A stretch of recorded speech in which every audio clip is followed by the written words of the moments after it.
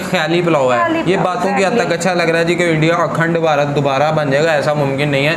Pakistan, Bangladesh, Myanmar, Sri Lanka, ये कहते हैं अखंड भारत तो सारा तो काफ़ी बड़ा था। इकॉनमी आपने आगे लेके जानी है, आपके पास बहुत से चैलेंजेस हैं। आप एक वक्त में कितना पैसा पाकिस्तान को दे लोगे, कितना बांग्लादेश को दे, नहीं जोड़ सकते आप। इनकी अपनी भी कुछ ना कुछ चीज़ें हैं। ये foreign earth that can undo Pakistan, ये तो मुमकिन भी नहीं है। ये वाकई मुमकिन नहीं है कि पाकिस्तान दोबारा से अखंड, ये सोचने और ख्याली हद तक ठीक है। दूसरा, चैलेंजेस बहुत बड़े हैं और उन्हीं को मुकम्मल कर लिया जाए, उन्हीं के ऊपर काम कर लिया जाए, बहुत बड़ी बात है। और अस्सलाम वालेकुम, यूट्यूब चैनल मेरा रिएक्शन मेरे साथ है मैं राना से।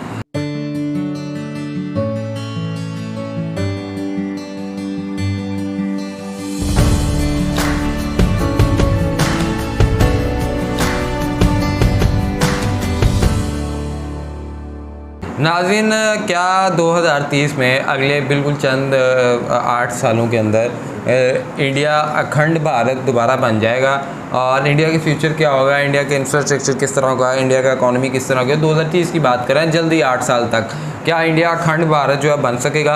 वीडियोस क्या कहती हैं, फैक्ट्स क्या कहते हैं, और जो एक एनालिसिस है वो क्या कहता है? वीडियो आपके लिंक डिस्क्रिप्शन में मिल जाएगा। लेकिन साथ साथ अगर आपने हमारा चैनल सब्सक्राइब नहीं किया, बस सब्सक्राइब चैनल और बेल आइकन को प्रेस वहीं चलते हैं, देखते हैं। हेलो दोस्तों, स्वागत है आपका एक नई वीडियो में। तो आज के इस वीडियो को बनाने के लिए मेरे को ऐसी कोई पर्टिकुलर टॉपिक की जरूरत नहीं पड़ी, लेकिन दुनिया में इस वक्त बहुत कुछ हो रहा है और खासकर हमारे आसपास साउथ एशिया में भी काफी कुछ। श्रीलंका हो, बांग्लादेश हो, पाकिस्तान या फिर म्यांमार में भी अभी कुछ समय पहले तक सबकी लगी हुई है। तो मैंने कई बार ये चीज देखी कि लोग सोच रहे हैं कि क्या ऐसा नहीं हो सकता, इंडिया की हालत थोड़ी स्टेबल है तो फोड़ दें इनको और वापस से बना लें अपना अखंड भारत। क्या ये चीज सच में प्रैक्टिकली पॉसिबल है? अखंड भारत आखिर था कितना बड़ा? और मान लो अगर बाई चांस इंडिया ऐसा कुछ करने की सोचता है तो फिर इंडिया को कौन कौन बचा सकता है? आज की इस वीडियो में थोड़ा सा इसे जानने की कोशिश करते हैं। हेलो दोस्तों, मेरा नाम है दीपक, आप देख रहे हैं इनक्रेडिबल फॉर यू। तो आइए शुरू करते हैं।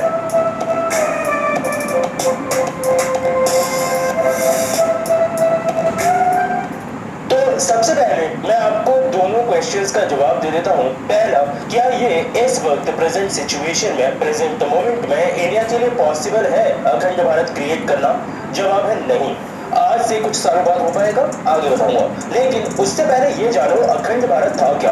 यहाँ पे जो आप लोग वीडियो देख रहे हो, 70% के आसपास कम से कम लोग ऐसे होंगे जिन्होंने भारत का मैप ऐसा देखा होगा जो कि हमारा ऑफिशियल मैप है। जो बचे हुए लोग हैं, हो सकता है उन्होंने आजादी के पहले का भी मैप देखा हो, जिस वक्त पाकिस्तान, बांग्लादेश, श्रीलंका ये सब इंडिया के ही पार्ट हुआ करते थे। फास्ट फॉरवर्ड करेंगे पीछे की तरफ तो मौर्य एम्पायर के आसपास थोड़ा सा पीछे जाओगे तो आपको अखंड भारत के प्रूफ्स मिलने शुरू हो जाएंगे। जो भारत ईरान से पूरा इंडोनेशिया तक फैला हुआ था और आज भी इन जगहों पे उस चीज का इन्फ्लुएंस, उसके प्रूफ्स आपको मिल जाएंगे। लेकिन टाइम के साथ वो भारत की ज्योग्राफिकल बाउंड्रीज कम होती गई और अभी फिलहाल में हम सिमट कर रह गए हैं इतने में। वैसे थैंक्स टू हमारे लौह पुरुष सरदार वल्लभ भाई पटेल, जिन्होंने आजादी के बाद छोटे छोटे राज्यों, स्टेट्स को इंडिया में मर्ज करवा कर फिर भी इंडिया को इतना बड़ा बनाया। लेकिन अब मेन सवाल, क्या हम थोड़ा सा और बड़ा बना दें? तो देखो, जैसा मैंने कहा, अभी इंडिया ये चीज नहीं कर सकता।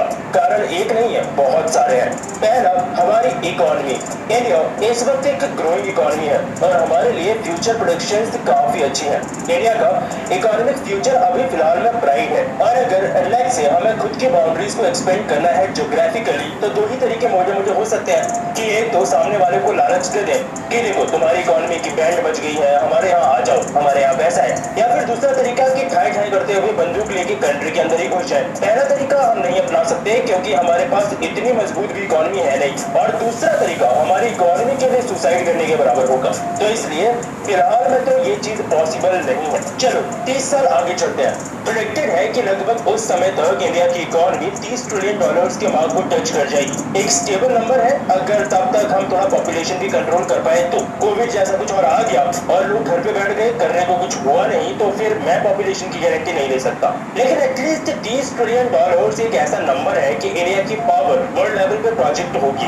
और अगर उसी समय हमारे आसपास के कंट्रीज को देखा जाए तो उन्हें शायद दिक्कत हो सकती है। श्रीलंका का तो गेम ऑलरेडी बच गया है, पाकिस्तान बचवाने के लिए बिल्कुल तैयार बैठा है, म्यांमार वगैरह में भी कोई ऐसी स्टेबल गवर्नमेंट है नहीं अभी। बांग्लादेश की बात की जाए तो इकोनॉमिक क्राइसिस आया हुआ है। तो आज से 30 साल बाद भी क्या सच में इन सब कंट्रीज के हालात बुरे ही रहेंगे? इसके लिए मैं श्योरिटी से नहीं कह सकता, लेकिन इंडिया इस कैपेबल होगा कि अगर हम चाहें तो इनकी थुरथुरी निकाल सकते हैं। इकोनॉमी और मिलिट्री ये दो तरीके हो सकते हैं हमारे लिए खुद को एक्सपेंड करने के लिए। इकोनॉमी वाला तरीका हम लोग अपनाने में कैपेबल होंगे, क्योंकि 30 ट्रिलियन डॉलर्स वाला नंबर हमें इतनी पावर तो दे देगा कि अगर इन कंट्रीज में से किसी की हालत खराब हो रही है और अगर इंडिया का ये मन है अगर कि हम उसे अपने में मर्ज कर लें तो हम लोग इसके कैपेबल होंगे। लेकिन ये कितना रियलिस्टिक होगा किसी पर्टिकुलर सिचुएशन में, वो भी इंडिया जैसी कंट्री के लिए, वो सोचने वाली बात होगी। जहाँ तक बात है मिलिट्री एंगल से, तो हाँ वहां से भी हम लोग कैपेबल होंगे। ऑब्वियस सी बात है कि अगर हमारी इकोनॉमी बढ़ेगी तो सीधी सी बात मिलिट्री पावर भी बढ़ेगी और हम लोग इन कंट्रीज में बंदूक लेके घुस जाए इस लायक तो हम लोग होंगे। तो वो सीन लगभग वैसा ही होगा जो कि अभी आपको ताजा रूस यूक्रेन के टाइम पे देखने को मिला है। लेकिन हाँ फिर से वही चीज कि इंडिया जैसी कंट्री जिसको वायलेंस पसंद है नहीं, उसके लिए ये करना कितना रियलिस्टिक होगा ये अलग बात है। अब एक चीज मैं बता दूं, क्योंकि बात अगर हम लोग अखंड भारत की कर रहे हैं तो ईरान से इंडोनेशिया तक फैला था एक टाइम पे, तो इतना बड़ा सच में वापस इंडिया को फैलाना पॉसिबल होगा? नहीं, ये प्रैक्टिकली ही पॉसिबल नहीं है, क्योंकि आज के टाइम पे अब बहुत कॉन्फ्लिक्ट्स है ज्योग्राफी के, रिलीजन के, थिंकिंग के। इसलिए मैंने इन कंट्रीज का नाम शुरुआत से ही नहीं लिया। आसपास की कंट्रीज पॉसिबल है, लेकिन उतना बड़ा वापस भारत बनाना शायद पॉसिबल नहीं है। अब शायद आपके दिमाग में जो अगला क्वेश्चन आए वो ये कि फिर जब इंडिया इतना सब कुछ करेगा तो क्या ये इंटरनेशनल ऑर्गेनाइजेशंस या फिर दुनिया में जो शांति के ठेकेदार हैं, अमेरिका हो गया, यूरोप हो गया, क्या ये कुछ नहीं करेंगे? तो इसीलिए मैंने कहा कि आज हम लोग ये स्टेप्स नहीं ले सकते, क्योंकि आज अगर जोश में आके हमने ऐसा कुछ भी किया तो ये सब मिलकर इंडिया की बुरी तरह से बजा देंगे और हमारी कंट्री, हमारी इकोनॉमी इस चीज को नहीं सह पाएगी।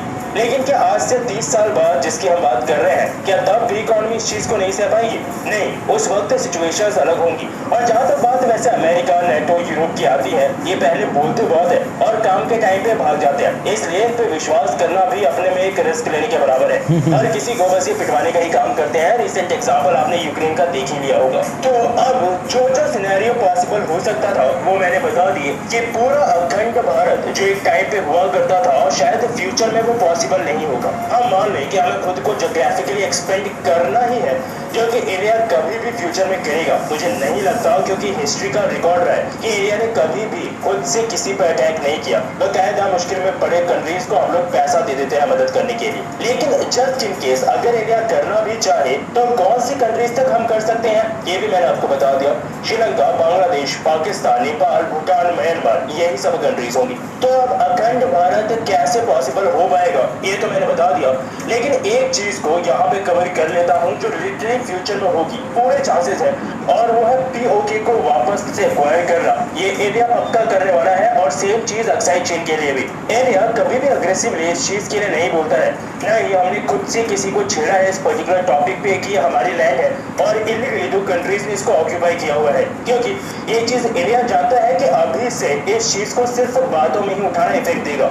एक बार कुछ सालों में इंडिया इतना स्टेबल हो जाए कि हमारी डिपेंडेंसी ज्यादातर चीजों के लिए उन कंट्रीज से ही खत्म हो जाए जो हमारा कुछ बिगाड़ सकते हैं और ठीक ठाक कंट्रीज की डिपेंडेंसी हमारे ऊपर आ जाए, तो फिर उसके बाद वर्ल्ड पॉलिटिक्स में किसी का कोई दोस्त नहीं होता। और इतनी पावर के साथ उन इलीगली ऑक्यूपाइड लैंड्स को वापस इंडिया में मर्ज करना कोई डिफिकल्ट काम भी नहीं होगा। तो इसके लिए आप तैयार रहो। कुछ सालों में पक्का हो सकता है कि इंडिया बड़े प्लेटफॉर्म पे इस चीज को खूब उठाए और एक्शन लेने से पहले ये चीज इंश्योर कर ले कि सबके दिमाग में ये चीज बैठ जाए कि वो दोनों इलीगली ऑक्यूपाइड लैंड्स पूरी तरह से इंडिया को बिलोंग करती हैं। बाकी जहाँ तक बात है अखंड भारत या इन कंट्रीज के मर्ज की, तो उसमें आपको कुछ कहना है तो नीचे कमेंट सेक्शन खुला है, अपनी राय जरूर लिखिएगा। आपको क्या लगता है अगर इंडिया को फ्यूचर में कभी भी ऐसा कोई चांस मिलता है तो इंडिया सच में ऐसी किसी कंट्री को खुद में मर्ज करने जाएगा या फिर पैसे वैसे देकर उनकी खुद से मदद करेगा? वो भी आप जरूर नीचे कमेंट सेक्शन में बताइएगा। वीडियो पसंद आई हो तो लाइक और शेयर जरूर करना। मुझसे और कुछ कहना चाहते हैं तो आप मुझसे ट्विटर पे जुड़ सकते हैं, ये है मेरी ट्विटर आईडी। फिर मिलूंगा आपसे एक और नए इंटरेस्टिंग टॉपिक की एक नई वीडियो के साथ। तब तक के लिए अलविदा। क्या कहती हो, इंडिया कर सकता नहीं कर सकता? मुझे लगता है जहाँ तक अगर अपने अपने पॉइंट ऑफ व्यू मुझे लगता है नहीं करेगा, क्योंकि उन्होंने जैसे उनका पॉइंट ऑफ व्यू है, उन्होंने अपने इंडिया को कहाँ लेकर जाना है। अगर कहीं जाके अब वो ये कहें कि हम दूसरे मुल्कों को अपने साथ जोड़ लेते हैं जो जिनमें कुछ भी नहीं है, तो क्या उन्हें क्या फ़ायदा होगा उससे? नहीं, फ़ायदा तो मैं ये बता दूं कि तीजा लैंड एरिया और वो अपनी जो सारा कुछ, मैं लेकिन एक चीज़ बता दूं कि ये एक ना ये ख्याली पुलाव है। ये बातों की हद तक अच्छा लग रहा है जी कि इंडिया अखंड भारत दोबारा बन जाएगा, ऐसा मुमकिन नहीं है। पाकिस्तान, बांग्लादेश, म्यांमार, श्रीलंका, ये कहते हैं अखंड भारत तो सारा तो काफ़ी बड़ा था। अब ये कहें जी अखंड भारत दोबारा बन जाएगा, मैं बार बार कहता हूँ ये शेख चिल्ली वाले ख्याली पुलाव बनाना छोड़ दो, ये नहीं, मुमकिन नहीं है। रियलिटी, ग्राउंड रियलिटी ये नहीं कहती है। आपके पास आपकी इकॉनमी आपने आगे लेके जानी है, आपके पास बहुत से चैलेंजेस हैं। आप एक वक्त में कितना पैसा पाकिस्तान को दे लोगे, कितना बांग्लादेश को दे, नहीं जोड़ सकते आप। इनकी अपनी भी कुछ ना कुछ चीज़ें हैं, ये खुद से भी चीज़ें लेके चल रहे हैं। और दूसरा, मिलिट्री इन्वेजन के साथ मिलिट्री इन्वेजन क्या कर लोगे आप? पाकिस्तान के पास भी मिलिट्री है, बांग्लादेश के पास भी है, हाँ श्रीलंका के साथ आपको जो और सिलसिले हैं, या नेपाल के साथ आपको, लेकिन ये चीज़ें ये इस तरह नहीं है कि अब आप पाकिस्तान, ये बात मैं दोबारा कहूँगा, ये बात बिल्कुल ठीक है कि पाकिस्तान को there is no power on earth that can undo Pakistan, ये तो मुमकिन भी नहीं है। ये वाकई मुमकिन नहीं है कि पाकिस्तान दोबारा से अखंड, ये सोचने और ख्याली हद तक ठीक है। दूसरा, चैलेंजेस बहुत बड़े हैं और उन्हीं को मुकम्मल कर लिया जाए, उन्हीं के ऊपर काम कर लिया जाए, बहुत बड़ी बात है। और वक्त के साथ साथ जिस तरह जो भी सिनेरियोज क्रिएट होता है वो ही मुकम्मल कर लिया जाए, वो तो बड़ी बात है। ये तो एक अपने आप में है जी कि हम ऐसे कर लेंगे, ये मुमकिन नहीं, मुझे तो नहीं लगता। खदीजा, आपको? मुझे नहीं पता, मुझे नहीं, वही मैंने कहा, मुझे नहीं लगता ऐसा नहीं होगा, क्योंकि इंडिया का पॉइंट ऑफ व्यू बहुत बड़ा है। उन्होंने अपने इंडिया की एक एक चीज़ को ठीक करना है। अगर वो इस चीज़ में लग जाएंगे तो वो तो अपनी इकॉनमी, अपने आप को खुद, वो कहते हैं ना, आ बैल मुझे मार, खुद जाके उस चीज़ को हिट करेंगे जिसमें उनके साथ काम ही नहीं है। सो एनीवे, आप इस बारे से क्या रखते हैं? कमेंट बॉक्स खुला है, उसमें लाजमी बताएं। वीडियो को लाइक करें, शेयर करें, कमेंट करें, चैनल को सब्सक्राइब करें, बेल आइकन को प्रेस करें, इंस्टाग्राम आईडी मेंशन फॉलो करें, सजेशंस दें। तब तक के लिए अपने मेज़बानों को दुआ में याद रखें। अल्लाह।